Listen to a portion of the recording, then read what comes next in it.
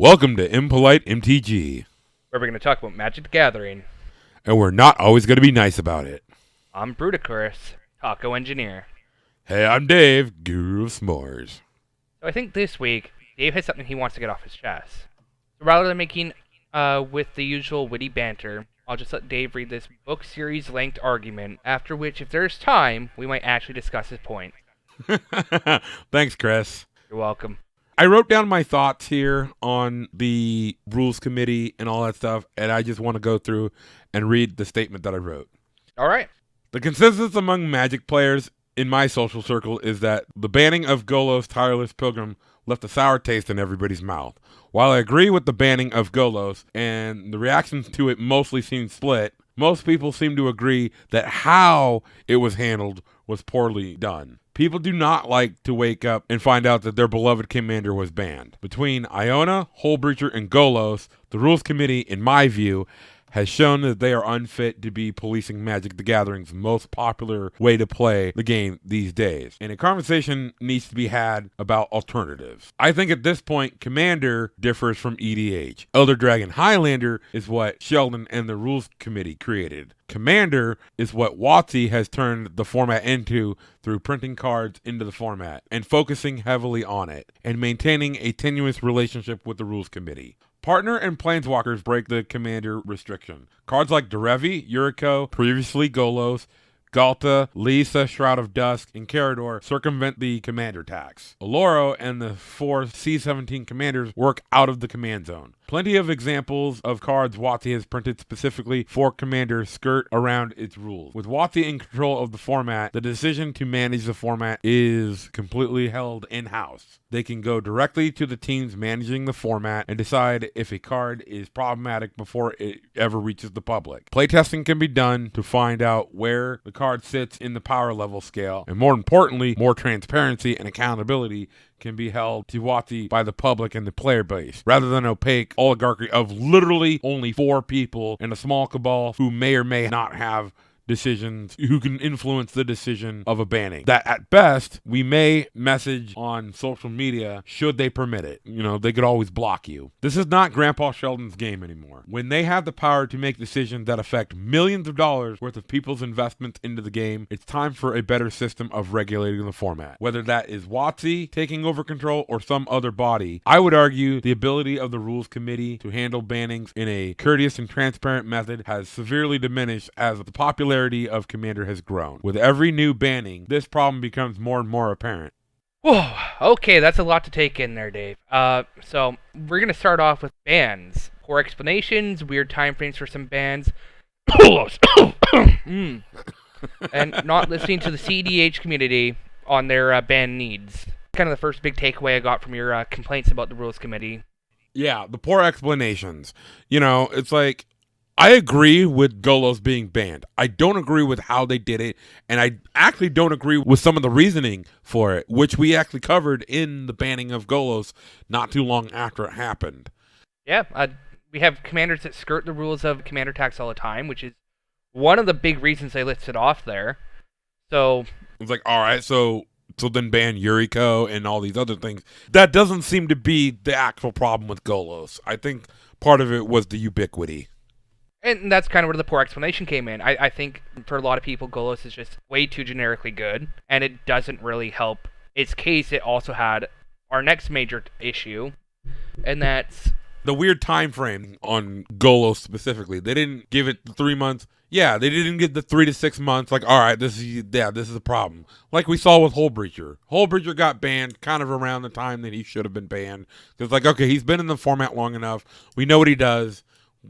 We know he's toxic for the format, and let's deal with it. Yeah, time frames is a huge issue here, and another thing that kind of comes up is they don't listen to the CEDH community when that community has needs. Exactly. Because they said in several articles they listen to the mid-range tier. They're not listening to the super casuals who hardly ever play, and they're not listening to CEDH, but they should. Yeah. Because a lot of the time, we see some undesirable people bring CEDH strategies into casual games. This is one of the talking points that I feel supports my stance that WotC should take over, because I think the format has grown too large and the tent is too big for the rules committee to effectively handle the giant swath of Commander, because it's just so many people that play this format and they play it in so many different ways that maybe we should break up Commander into, at minimum 2 formats, Commander and CEDH. I argue that it should be 3 formats. I think it should be Battlecruiser, Commander, CEDH. Yeah. And this kind of transitions to a different thing, and we've already skirted around it a little bit here, but WotC tends to bend the rules that the rules committee wanted for the game in the first place. We see the cheating at Commander tax all the time. We've seen partners and the millions of variations they use to get around it. Yeah, and now we're getting even more versions of cards that further break this rule with the secret lair for Stranger Things. We now know that, okay, they're going to have friends forever, and then the Magic versions are going to have whatever that is. And here's the thing. I actually think that's a really cool mechanic, because what if when they go to make the Magic version of that, they can do whatever that, friends forever partner mechanic, and they can go make the Weatherlight crew, or they can go make the Gatewatch. How cool would that be? I mentioned today before we started recording tonight that I think the Gatewatch could be really cool. Dave suggested they be flip walkers, which we've seen before. And it'd be a fun little variation. Have them as commanders, have them pair up as one another, and yeah, casual fun all around. Exactly. But here's the thing. It completely breaks the rules of Commander. Sure. By, you only have 1 commander. And it's like, I've heard the joke like, how much longer until you can have 3 commanders? I'm like, we have it. We got companions. Right. WotC is going to keep pushing these rules to the point where the rules committee having these rules and setting standards, it doesn't mean anything. I feel like the rules committee is sort of a vestigial organ at this point. It's true, and this is kind of why we see rules like Eminence kind of in the format right now. It's because the rules committee had very little say on it.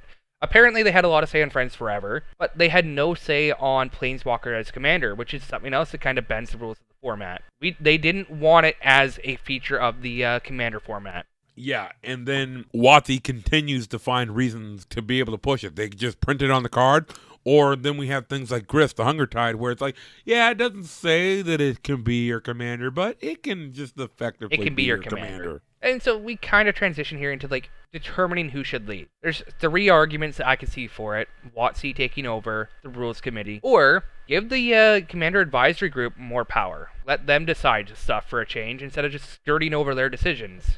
Exactly. The other thing is, I feel like if everything is held in-house within Studio X, everybody that they need to talk to is within their network of people. They don't have to ring up Sheldon and all this stuff, which I imagine they can probably do that anyways. Sheldon and the other 3 members of the rules committee aren't actually, I think one of them is a WotC employee, but they're not all WotC employees. Whereas if it's Wizards that controls everything, they have more control over what happens, and I feel like they would be better able to identify what will work and what won't work internally before problematic cards get to the public, where we have been 6 months dealing with the problem. Yeah, definitely. And we do know that WotC is making an effort. They have a new position in their company to kind of pay more attention to the casual side of the game. Yeah, they're creating a special committee for that. And as far as I know, Melissa Del Toro is going to be on that committee as well. So she's the head of that committee, from my understanding of it. Yeah, that's how I understand it as well. Which I think that's cool. She came in as a playtester to help balance out standards and stuff when standard was all out of whack. Well, she started out with the competitive side of it, and that's because she's a competitive player. I've seen that woman play Commander. She is deadly efficient, and she brings that into Commander too, which is frightening.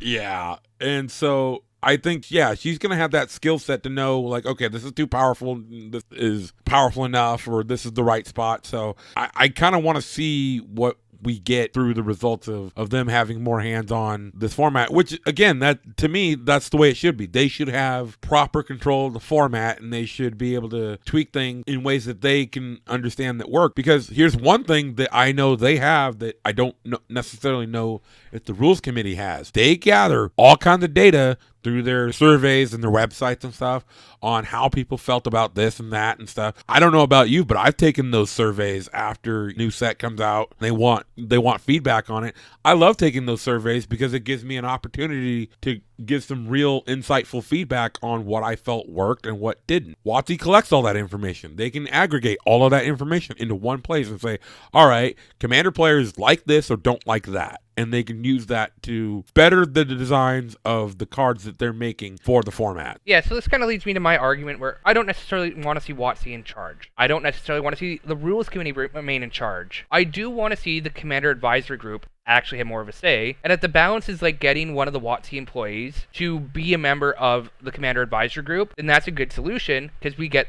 the corporate side of things in that group. And for the rules committee, they can be the tie-breaking vote. If the vote is split 7-5 for a commander getting banned, then they don't need to vote at all. If the vote's tied 6-6 or 12-12 or whatever it happens to be, then they can come in and they can, as a group, all 4 members, vote on which outcome and decide if a card gets banned or not. We just need more policing in for the rules committee. Yeah, agreed. But the other big talking point that I brought up was also transparency and accountability. Yeah. So as it stands, the rules committee is 4 dudes, and then there's like this cabal of a bunch of other random people, some of who I know, like Josh, or Rachel Weeks, and then there's other people like I don't even know who the hell that guy is. You know, whatever.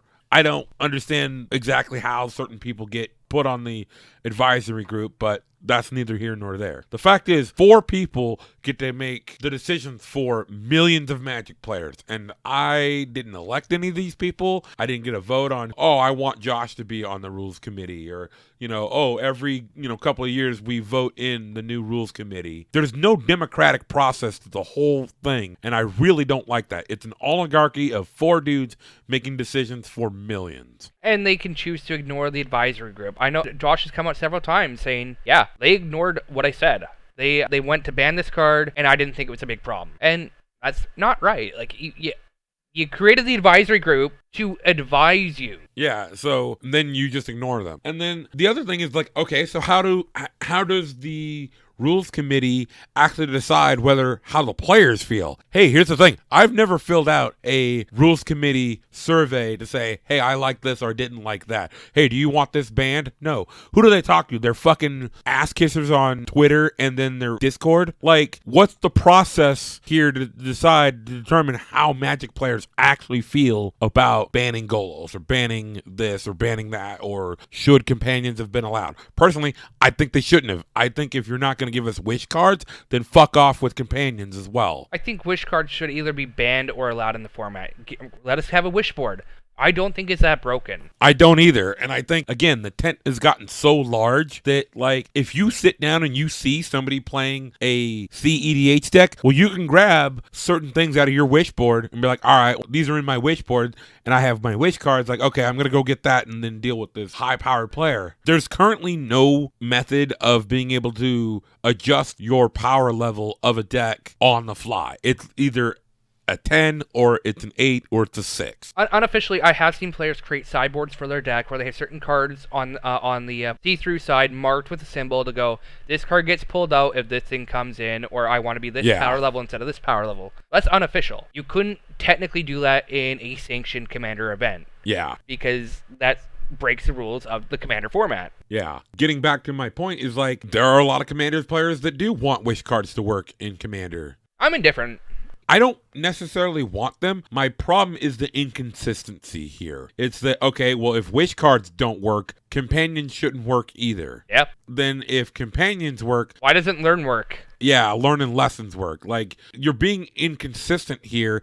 And again, it's because 4 people get to make these decisions. Yeah. And then, the main thing is like, okay, WotC asks us for our feedback and they send out surveys and stuff like that. But if WotC does something that really pisses me off in Commander, there's emails I can send to like Mark Rosewater and Gavin Verhey, and there's avenues that you can send your feedback into WotC. Whereas the Commander Advisory Group, what do? You message them on Twitter and you're like, I don't like this, blah blah blah, and then they block you. So what recourse do you have at that point to tell, the actual rules committee that they fucked up and how they handled this was dog shit? I mean, they do have a way to contact them. I'm looking at the website right now where you can email them if you want.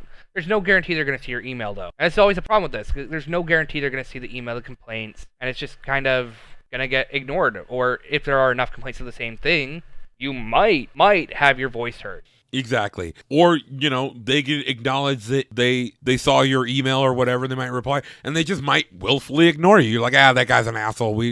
Those assholes over at Impolite MDG. Screw those guys. I mean, I understand their decision. I'd screw us too, but... Yeah. In a non-sexual way. Ooh. Clarify that. Yeah. Anyways, moving on. Yeah, Dave. You feeling better after all that, though? Yeah, I'm feeling better. Thanks for letting me rant for a few minutes there, Chris. I just did this so I could rant later on in a different video, so... Yeah. Rant equity. It's right, man. What goes around comes around. Give and take. Anyways, I'm Dave, Guru of S'mores. This is weird saying this second, but I'm Bruticus, Taco Engineer. Thanks for spending some time with us. And thanks for watching.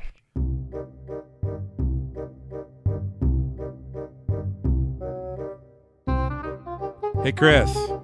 Yeah, Dave. Which planeswalker is the best baker in the multiverse? Oh, good lord. Which planeswalker is it? Garruk, Apex Predator. Oh, the bad pun. The bad pun. Bad pun. Bad pun. Bad pun. I don't think Chris liked this one, guys. Bad pun. Bad pun. We broke Chris. Bad pun.